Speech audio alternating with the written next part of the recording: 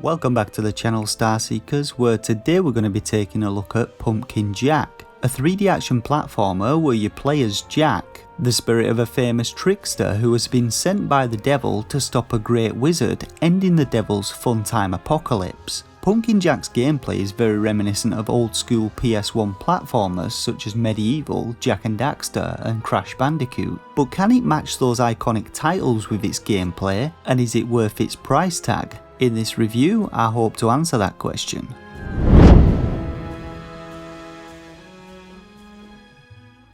So Pumpkin Jack opens with an animated cutscene featuring drawings which outline the game's plotline. Basically, the devil got bored one day and decided to unleash hordes of undead on the world, plunging it into darkness. But now a great wizard threatens to break the curse, and so the devil sends Jack to the surface to stop the wizard, binding Jack to a pumpkin, giving him a body. Now the game's control scheme features some pretty standard 3D action platformer controls. We move with the left thumbstick and manipulate the camera with the right thumbstick, but I'm not gonna lie, it's a bit of a pain to start with, and you're definitely gonna want to ramp up the camera sensitivity straight away. Next, we're able to jump and perform a double jump with a couple of taps of the B button, perform melee attacks with the Y button and dodge roll with the A button. We also get a ranged attack in the form of a crow which sits on our head, and this is used to both attack enemies from a distance as well as activate and destroy a number of different environmental features. So as we get started in Pumpkin Jack, the introductory area runs us through some very simple platforming manoeuvres as we hop between some rotating platforms, we learn how to dodge roll past hazards, and after obtaining our first weapon, a standard issue garden spade,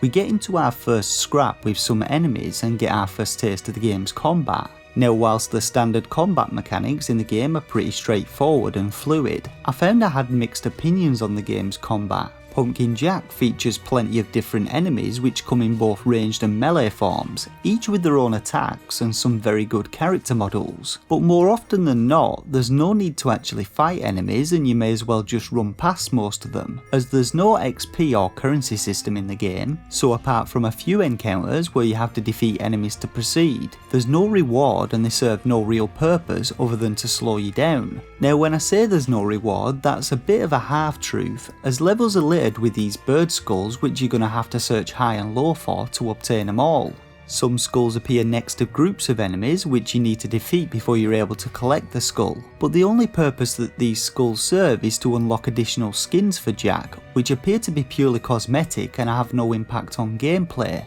I also sometimes found myself getting overwhelmed by enemies who shredded my HP bar seen in the bottom left corner, but you are able to restore HP by absorbing green wisps from defeating enemies and destroying crates and other objects, and you frequently find cauldrons which act as both checkpoints and fully restore your health.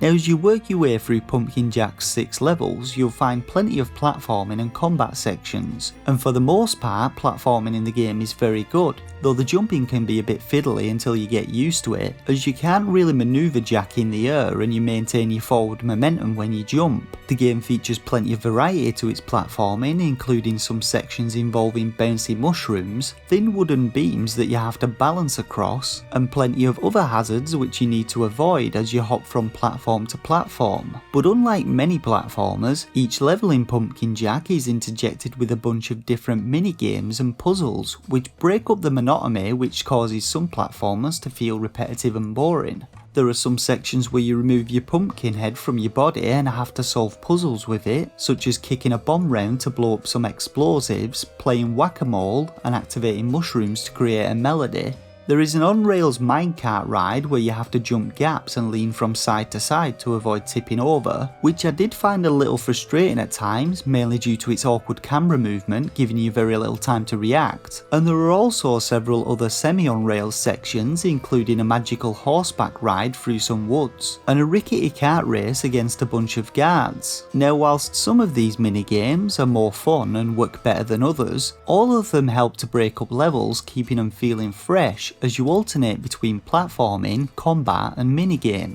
Now I feel it's worth mentioning at this point that Pumpkin Jack was developed by one man called Nicolas Meyssonnier, and I was incredibly impressed at how fleshed out and polished the game actually felt. Although there are only 6 levels in the game, they all have a pretty decent length, and the game will take between 6 and 10 hours to complete a standard run through, depending on how good you are and how many bird skulls you choose to hunt down. At the end of each of the game's levels you face off against a boss, and as with the rest of the game, these boss battles are very well done. Each boss has its own unique moveset, and often you'll have to fight a boss several times before you memorise their attack rotations. The battles themselves are split into 3 phases, with boss attacks becoming more complex in each phase, and I have to say I found them quite challenging, and they very much felt like bosses you'd face in old school action platformers in terms of both the mechanics and difficulty.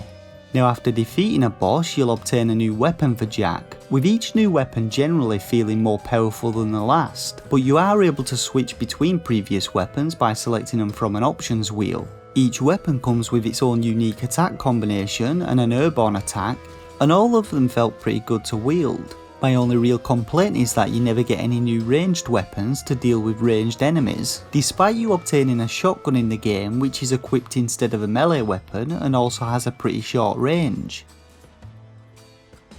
Now when it comes to Pumpkin Jack's visuals, I was also very impressed. As mentioned before, each level is pretty large, and I was pretty amazed at how one person could create so much and how each level had its own theme, features and layouts, with areas not feeling repetitive or simply copied and pasted. Now due to the game being on the Switch, you aren't going to find any super high definition textures, but the visuals are still very good. And while I did notice the odd occasion when high-res textures failed to load and a few slight drops in the game's frame rate, for the most part the performance and visuals on the Switch were spot on. Audio wise, the game features some well composed spooky music in each level, again very reminiscent of classic games, and the sound effects were not bad, each level had some nice ambient noises, and my only real issue was with Jack making the same single noise whenever he attacked, jumped, dodge rolled or spoke to the game's NPCs, who also only had one sound effect.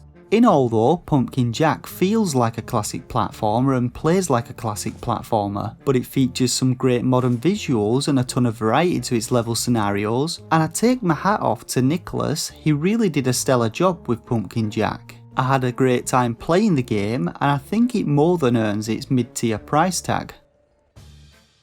So now let's get on to rating the game. Now I rate games between 1 and 5 stars, with a shovelware stamp of approval reserved for the worst games on the eShop. This rating is based on my own personal opinion on the quality and quantity of a title's gameplay, and whether I feel it offers value for money to potential buyers. And for a rating I'd give Pumpkin Jack 4 out of 5 stars. The game feels like a worthy tribute to classic platformers, and though it features a few frustrating gameplay elements, overall it's a pretty fantastic game and well worth a play. You can get Pumpkin Jack from the UK Switch eShop for £24.99 or from the US eShop for $29.99. Alternatively, the game's also available on Xbox One, PlayStation 4 and Steam.